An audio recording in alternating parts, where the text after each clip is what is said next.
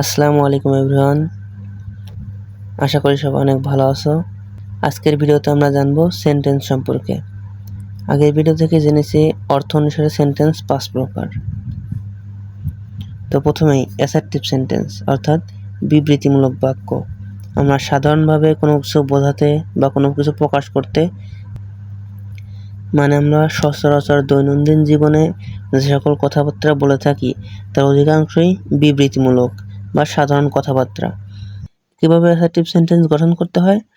প্রথমে সাবজেক্ট, তারপর ভার্ব, তারপর অবজেক্ট, তারপরে এক্সটেনশন বা বাকি অংশ। তো অ্যাসার্টিভ সেন্টেন্স দুই ধরনের হতে পারে।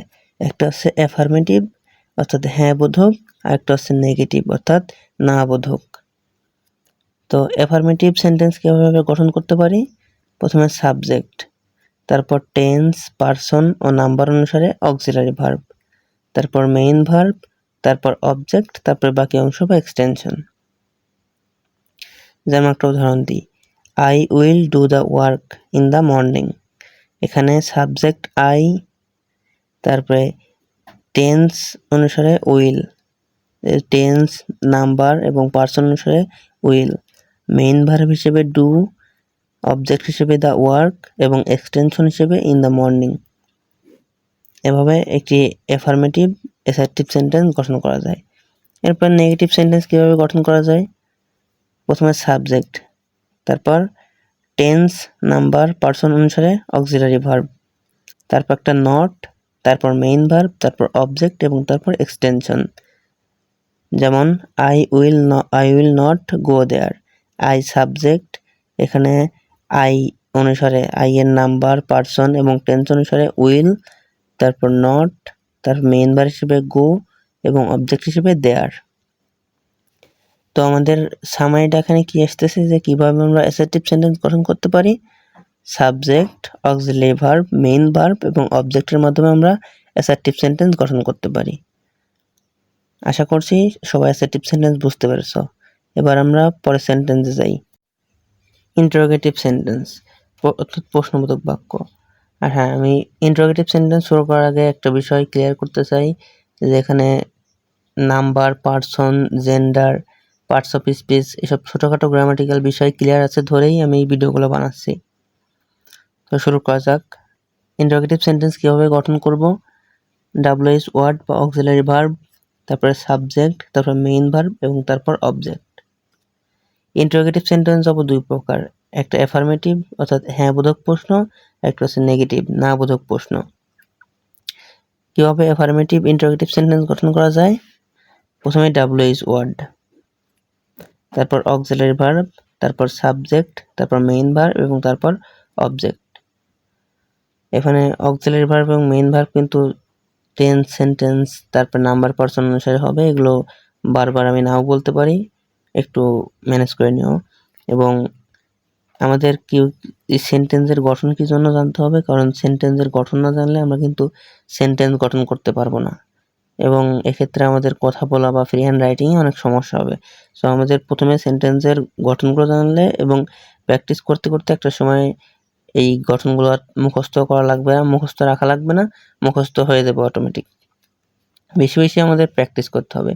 কীভাবে প্র্যাকটিস করা যায়? আমরা দৈনন্দিন জীবনে যেসব কথাবার্তা বলি সেগুলো আমরা নিজেদের মনের মধ্যে ইংরেজিতে ট্রান্সলেট করব বা কোনো খাতায় লিখে ইংরেজিতে ট্রান্সলেট করব বা কোনো বাংলা গল্প বা যে কোনো কিছু আমরা ইংরেজিতে ট্রান্সলেট করি, সেক্ষেত্রে আমাদের ইংরেজির ফ্লুয়েন্সিটা আরও বাড়বে। দেখা যাক, এই একটা সেন্টেন্স দেখি, what do you want here? তুমি এখানে কি চাও? প্রথমে ডাব্লিউএইচ ওয়ার্ড, তারপর অক্সিলারি ভার্ব, তারপর সাবজেক্ট, মেইন ভার্ব এবং অবজেক্ট। তাহলে হোয়াট ডু ইউ ওয়ান্ট, তুমি এখানে কি চাও?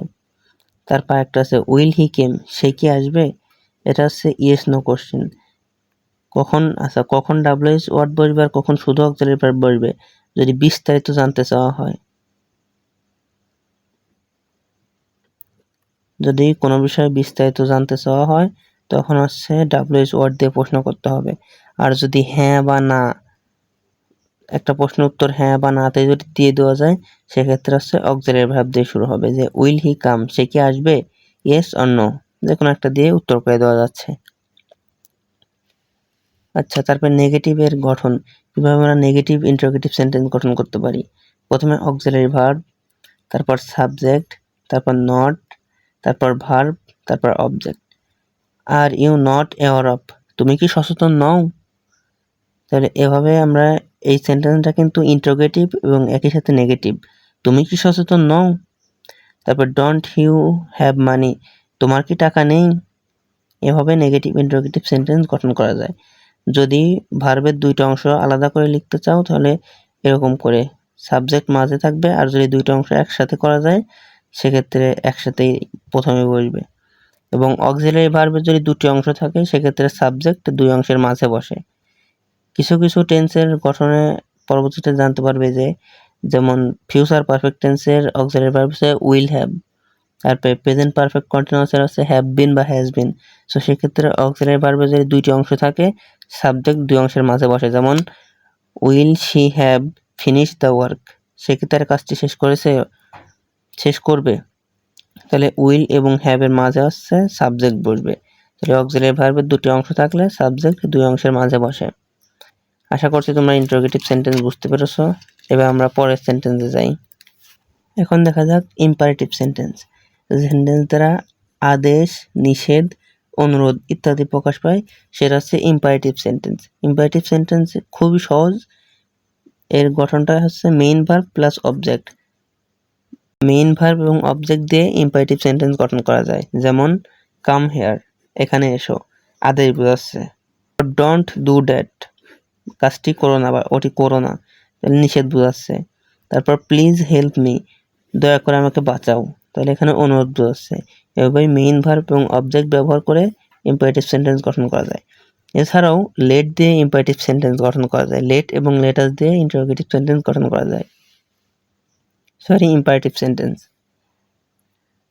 লেট দিয়ে কিভাবে ইম্পারেটিভ সেন্টেন্স গঠন করা যায়? লেট প্লাস যে সাবজেক্ট, সে সাবজেক্টের অবজেক্টিভ ফর্ম, তারপর মেইন ভার্ব প্লাস অবজেক্ট। যেমন let me do the work, আমাকে কাজটি করতে দাও। তাহলে লেট, এখানে মি, সাবজেক্ট হচ্ছে আই, এর অবজেক্টিভ ফর্ম, আই এর অবজেক্ট হচ্ছে me. So let me, main verb do, object the work, let me do the work, আমাকে কাজটি করতে দাও। এছাড়াও লেটস বা লেটাস দিয়ে ইম্পারেটিভ সেন্টেন্স গঠন করা যায়। এক্ষেত্রে লেটস এর পরে ভার্বের প্রেজেন্ট ফর্ম এবং অবজেক্ট, যেমন লেটস বি ফ্রেন্ড, চলো বন্ধু হই। এরকম ভাবে ইম্পারেটিভ সেন্টেন্স গঠন করা যায়। আশা করি ইম্পারেটিভ সেন্টেন্স বুঝতে সমস্যা হয়নি। যদিও সমস্যা থেকে থাকে ভিডিওটি আবার বা ইম্পারেটিভ সেন্টেন্সের অংশটুকু রিভার্স করে আবার দেখলে ইনশাল্লাহ ক্লিয়ার হয়ে যাবে। আচ্ছা, এবার অপারেটিভ সেন্টেন্স। যে সেন্টেন্স দিয়ে ইচ্ছা বা প্রার্থনা বোঝানো হয় বা ইচ্ছা বা প্রার্থনা করা হয় সেটা হচ্ছে অপারেটিভ সেন্টেন্স। অপারেটিভ সেন্টেন্স তিনভাবে গঠন করা যায়। প্রথমটা হচ্ছে মে দিয়ে, may plus subject plus verb plus object. May plus subject you, verb prosper, object in life. May you prosper in life, তুমি জীবনে সমৃদ্ধি লাভ করো। তাহলে এখানে ইচ্ছা করা হয়েছে বা প্রার্থনা করা হয়েছে। তাহলে may plus subject plus verb plus object, এ হচ্ছে মে দিয়ে। আবার উইশ দিয়ে আর রকমভাবে অপারেটিভ সেন্টেন্স গঠন করা যায়। Wish plus subject plus object, মানে যে কোনো একটা উইশ করা হয়, সাবজেক্ট তারপরে object. Wish you a good day, তোমার দিনটি শুভ হোক, এটা হচ্ছে ইচ্ছা করা হচ্ছে। এছাড়াও অন্যভাবে করা যায় যে I wish I could B a bird, যদি আমি একটি পাখি হতাম। এরকমভাবে উইশ দিয়ে অপারেটিভ সেন্টেন্স বা ইচ্ছা পোষণ করা হয়। এরপরে হচ্ছে লং দিয়েও অপারেটিভ সেন্টেন্স গঠন করা যায়। কীভাবে? Long plus V1 plus subject plus object. এখানে V1 সচরাচর লাইভে ব্যবহার করা হয়। লং লিভ মাই প্যারেন্টস, আমার বাবা মা দীর্ঘজীবী হোক। তো এখানে লং এর পরে V1 না দিয়ে এই লং লিভ একসাথে ব্যবহার করা হয়। Long live our president, long live my parents, long live your parents, long live our teachers, এরকমভাবে লং লিভ একসাথে ব্যবহার করা হয়। তাহলে অপারেটিভ সেন্টেন্স কি? যে সেন্টেন্স দিয়ে ইচ্ছা বা প্রার্থনা করা হয়।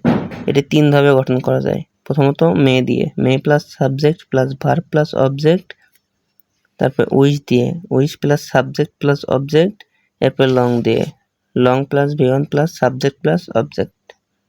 এবার দেখা যাক এক্সক্লামেটরি সেন্টেন্স বা বিস্ময়সূচক বাক্য। এক্সক্লামেটরি সেন্টেন্স দুইভাবে গঠন করা যায়। একটা হচ্ছে হোয়াট বা হোয়াট এ দিয়ে।